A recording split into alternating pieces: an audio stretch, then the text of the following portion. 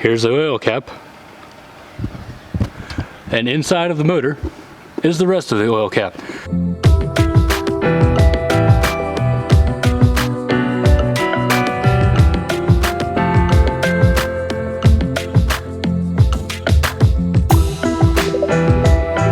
What is up, YouTube? So we've made some serious headway on the Dodge truck, and we talked to the customer who drove the truck, liked what she saw, and gave us $500 more to continue working on it. So we bought a whole lot of stuff, and that's what we're going to show you right now.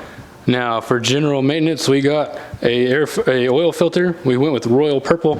We got 5 quarts of oil, and we went with the Amazon Basics 5W30, and it's cheap. This was like $20 or $25, so a great price. And if you look at the back, it has all the certifications.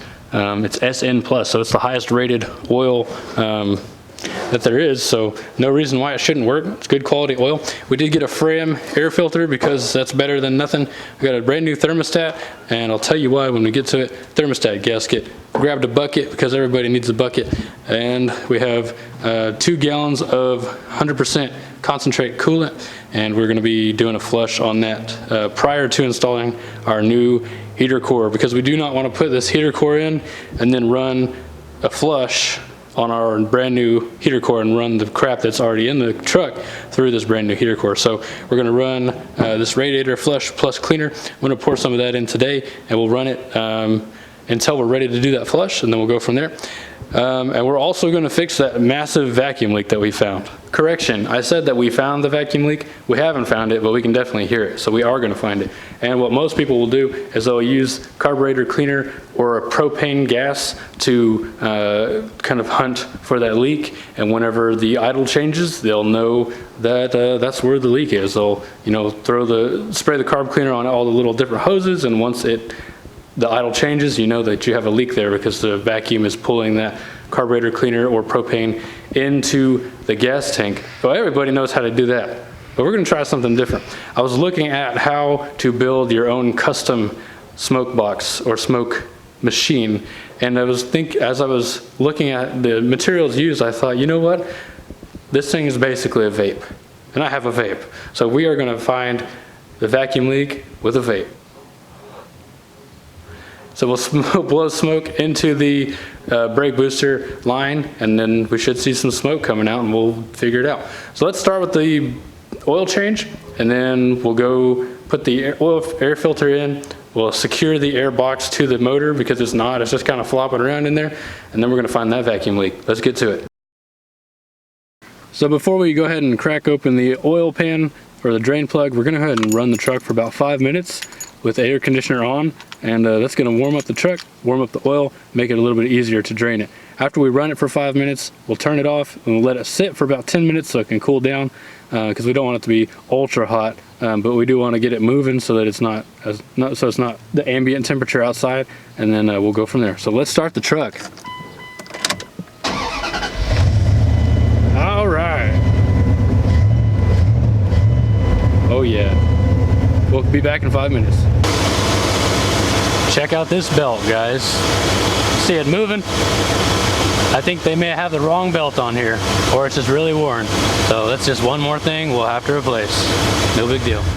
And while we were driving this around earlier, I noticed that the fuel temp is never getting to the middle point, so I suspect one of 3 things. Either there's no thermostat in the truck whatsoever, there's too much coolant, like a concentrated coolant, which it might be that, because when I noticed that coolant dripping earlier, it was very, very bright green. And usually if it's concentrated, if it's not concentrated, it's not that bright. So that may be the issue. Either one of those 2 things. That's what I think it is. That's why we're gonna go ahead and replace the thermostat.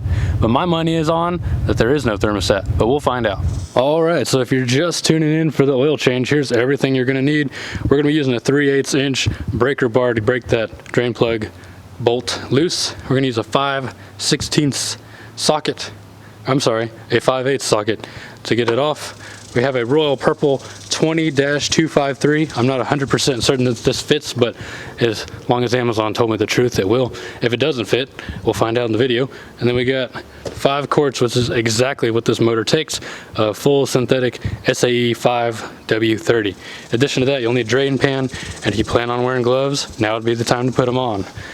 Keep in mind, we did run this engine for about 5 minutes, and we let it cool down for about 10 minutes. We're ready to pull that drain plug. In this vehicle, the drain plug sits directly behind the frame. So you've got frame here, you got your struts here, or your lower control arms here, and then directly behind that is your oil drain plug. So let's hop on that with our 5/8 and crank it off.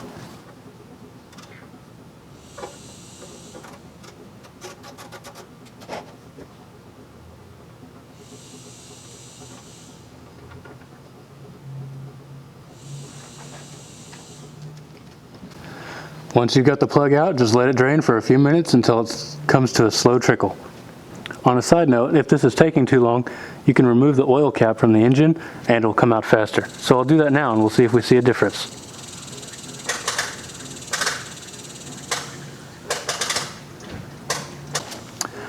Once the oil comes to a slow drip, you're ready to put in your drain plug. In this case, we're going to be replacing the drain plug. We're going to be using part number 652036. It's about a $7 plug, has a magnetic tip on the end of it, and it comes with a crush washer. So let's go ahead and reinstall that. Now before we install our new plug, we're going to wipe down the surface just to prevent any contaminants from ruining the seal. Now that we've cleaned the surface, we'll grab a small dip of oil and put it on this gasket, this crush washer. Now we're ready to thread it in. You always want to do this part by hand. You never want to use a tool until you're all the way finger tight. You just want to make sure that it's properly threaded, otherwise you could strip out the oil pan, then you've got a major problem. It should screw in with minimal resistance. Alright, now that we've got it finger tight, we're going to grab a tool and tighten it a little bit more. Now if you're following along and you plan on replacing your drain plug with the same part that I used, you're going to need to use a 3/4 inch socket to tighten it down. And it doesn't need to be super tight, you just want to make it snug and then go about a half turn past that. Alright, right here we're about snug, so we'll do about a 90-degree turn from here.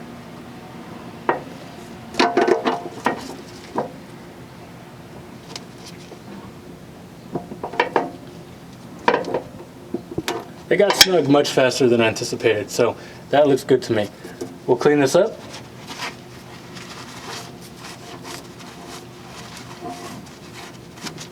And we'll come back and inspect it in just a few minutes to make sure we don't have any leaks. Several minutes later we come back and we don't have a leak, so we're good to move on to the next thing. But first, we have a little bit of a problem. So there's where the oil cap used to be. Here's the oil cap. And inside of the motor is the rest of the oil cap. So for some reason when I twisted this thing off, it just snapped right off inside of the engine. So we're going to try to remove that as carefully as we can. We don't want any of that plastic stuff to fall inside of the motor. That would be bad. So I think what we're going to do is we're going to grab a little tiny pry bar and just try to force it up. Let's see how that works.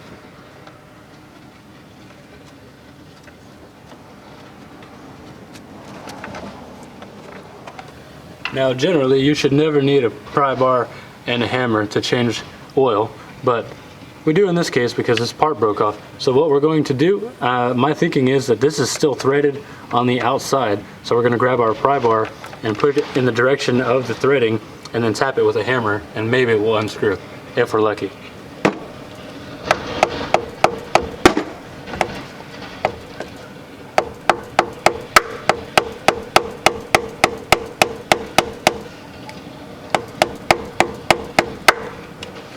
We had movement. That was sort of working, but we've graduated to a real hammer and a much longer pry bar. Hopefully give us a little more leverage, and hopefully we can get this thing out.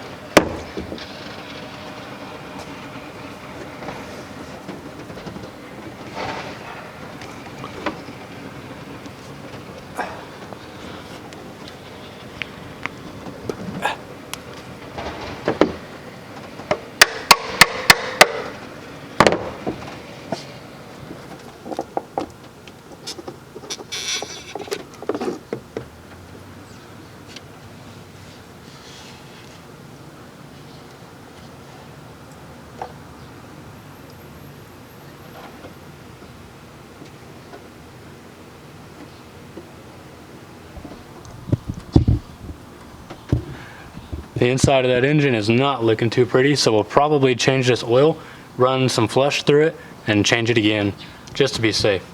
But I'm surprised that we got that thing out. And you can see there's no plastic bits inside of the motor. And here's the apparatus that we have created to get that thing out. So we grabbed our crowbar that was wide enough to fit on the threading of the inside. We hammered that in there, and then I grabbed a pair of vice grips for leverage, and I was able to rotate the whole thing out. My concern is that this is not just the gas or the oil cap, but it's also the grommet that's supposed to go on the outside. So I will have to go buy a new oil cap, not a gas cap. Yeah, I'll have to buy a new oil cap, and we'll find out. Stay tuned. All right, so 30 minutes and $20 later, we picked up a brand new oil cap. We grabbed some oil flush, and we're not going to use that just yet because this is the kind of stuff that you just put in immediately before changing the oil. And we grabbed a really cheap oil filter. This thing was like $4.99. Its part number is S16. The reason for that is because changing this oil, it's really gross. It's really bad oil, so I'm going to probably run this new oil in there for 100 miles. Then I'll flush it with this Berryman's oil flush, and then we'll change it again and put in the same oil with a better filter. So hopefully this cap that I just bought fits. And just so you know, I did cover the engine hole before leaving because I didn't want anything to fly in there. So let's take that out and see if this new cap works. The cap part number is 81111. 8111.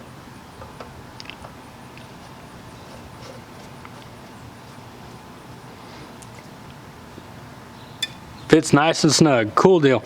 So let's move on to the oil filter, and if it's anything like if the difficulty level is anything like it was to take this cap off, we're in for a treat. All right, so from the front of the engine, directly near the oil filler, or the oil drain plug, is the oil filter.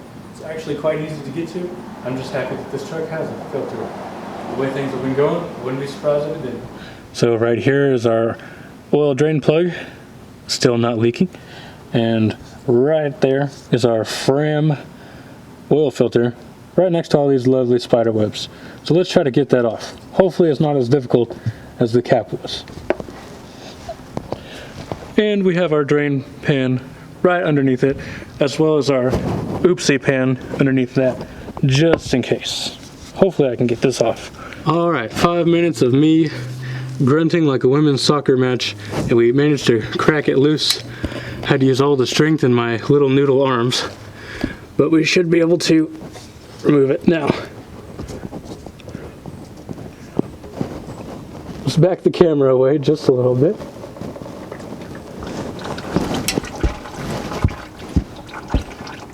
We're just going to let it drip into the pan.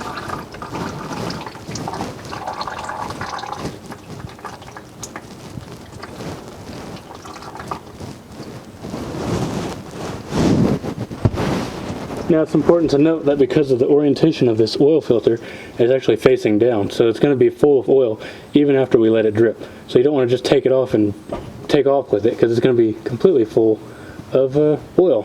So we're going to take it off, and then we're going to turn it upside down under this pan.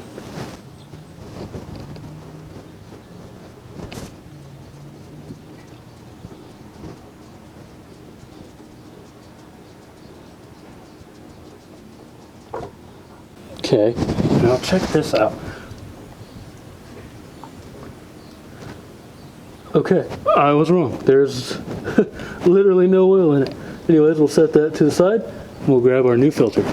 Okay, so we have our new filter, and we did pre-oil the gasket with the clean Amazon Basics oil, so that's good to go. But before we put it in, we want to clean the surface where we removed our oil filter.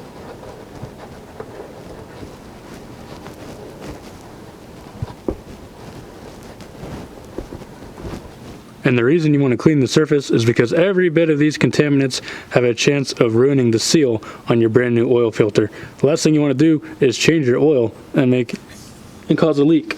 So now we're ready to reinstall our new oil filter. And all we have to do is screw it on.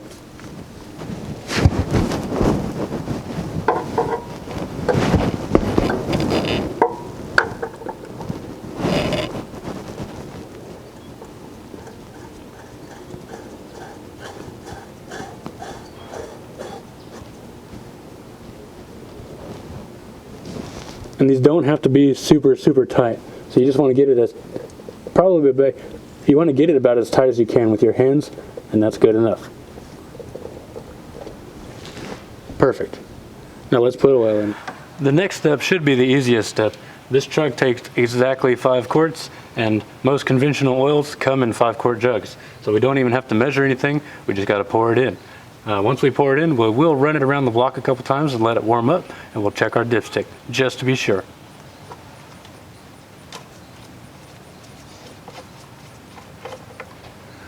It's nice when you turn these and they actually come off instead of snapping off inside of the engine. I think I picked up the smallest funnel possible.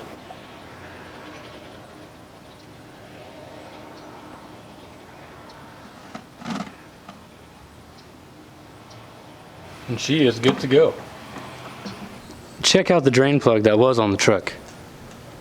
It's a normal drain plug, right? But the washer, there's no way. They've got your OEM crush washer, and then there's like an extra washer they added to it. I think it's like basically every inch of this truck that has been touched by the previous owner, the one before the person I got it from, ruined it. And also, look, no oil spill. That's water, I assure you. That's water from the condenser. Those 3 droplets right there, that's oil. I lied. All right, so let's drive it around the block and go from there. All right, YouTube, so we took it around the block. Oil pressure was good. It was a little bit on the high side, but we're gonna check the oil. I've already checked it. Had enough surprises today. Nope, we're good. We are right on the fill line. Right on the fill line, if not a hair over, but I think we are good to go.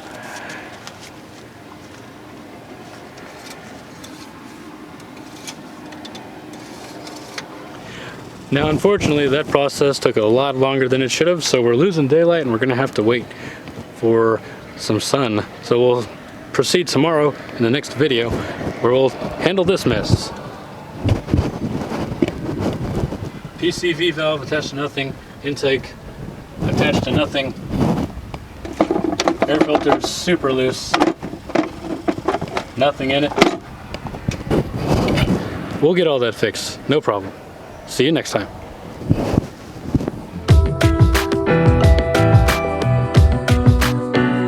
One final note, don't forget to be responsible with your oil. Put it into a container and recycle it at your local wildlife habitat or sewer drain.